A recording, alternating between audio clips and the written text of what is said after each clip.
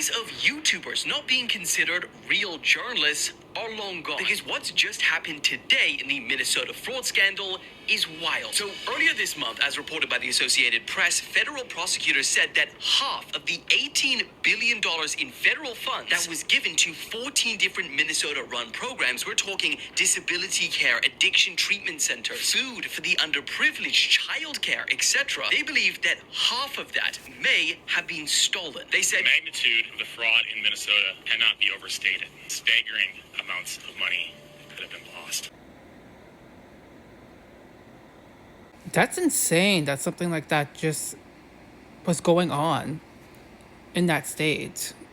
Like, massive level fraud of that nature is just,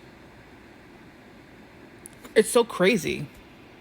But for the American taxpayers, those were just words. That is until a 23-year-old YouTuber, Nick Shirley, posted a video that for millions of people suddenly made it feel real. Nick went to multiple daycare centers in the region, which he claimed had taken millions in state funding to look after hundreds of children. But when he entered, they were deserted. No children were found. Now, not only did this post go instantly viral, they got 116 million views on X and 1.9 million views on YouTube, but it was also seen and shared by huge political figures on the right, including Elon Musk and Vice President J.D. Vance.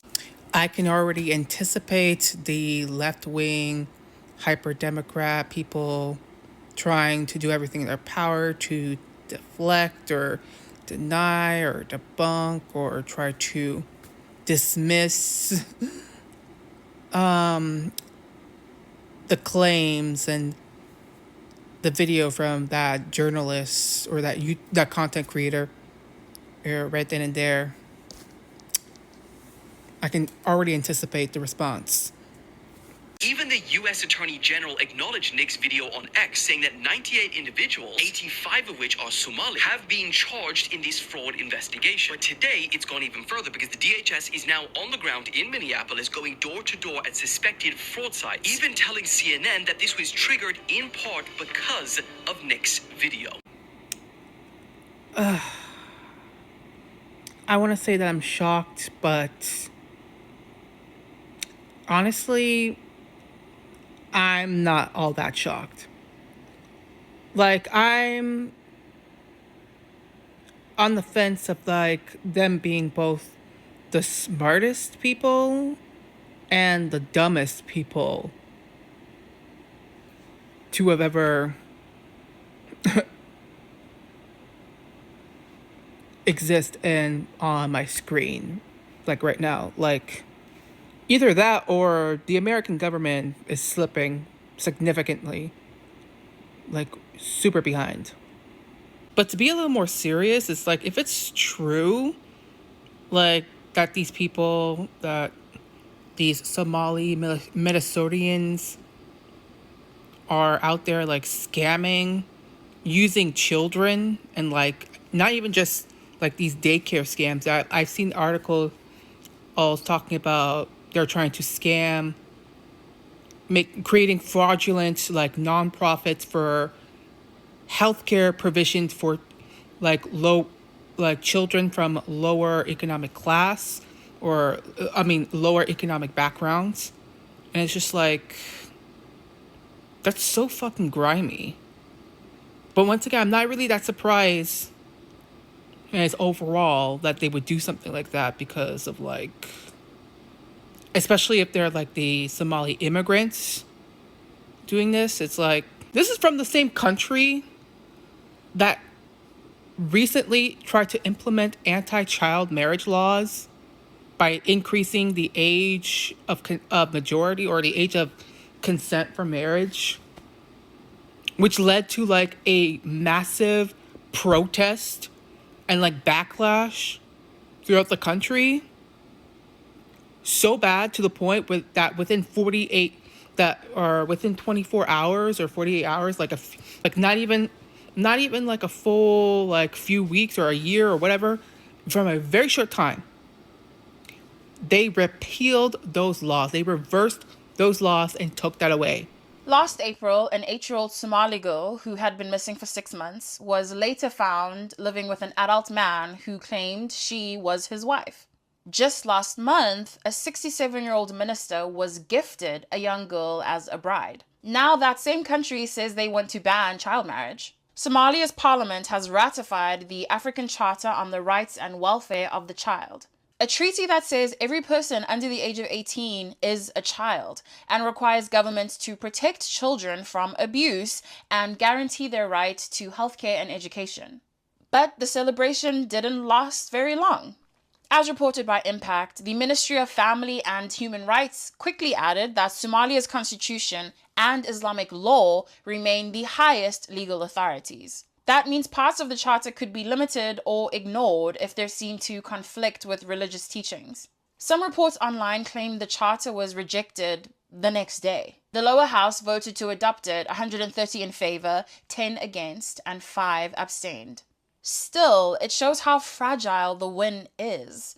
On paper, Somalia says it wants to protect its children. In reality, young girls are married off before they even reach puberty. Somalia is the 52nd member state of the African Union to ratify the Regional Human Rights Treaty. Morocco, South Sudan, and Tunisia are the only member states of the African Union to not recognize it. Will this new law change anything for the young girls it's meant to protect? Or is it just another promise on paper? Keep following OK Africa for all things Africa. It's like a significant amount of Somali people, and arguably many people who live in countries like Somalia, especially considering that they're very influenced by Islam, supporting practices and cultures that harm children. So trying to scam people out of taking money using children is like, I'm not really too surprised by these sets of developments if it's really true, because it's currently still an investigation right now. And I know it sounds a little bit harsh of me to say this, but it's like, there's a reason why a lot of people, especially from countries like Somalia, are leaving those countries. These countries that are very unsustainable living, politically, economically, culturally, socially unstable, unsafe. Like, they're leaving those countries to go seek better opportunities. Similarly to like how my parents left their home countries, their like home third world countries, for better opportunities for like me, my 3 eldest siblings that were born in my parents' home countries, and my other siblings that were born in Canada alongside me. Like, you don't see cases of people living in first world countries trying to move into these hyper unstable, impoverished third world countries for better opportunities. So you don't see that. It's usually the other way around. And the reason why I'm touching about the whole poverty stuff is because, like, when you reach the recent data on like Somali immigrants or Somali American, and like a significant amount of them rely on some sort of government assistance or welfare program, some type. Like, they haven't, the studies don't really specify or don't properly define these type of welfare things, but it just generally speaks that a significant population or significant amount of them do utilize some form of government assistance or aid. And I'm not just talking about Medicaid.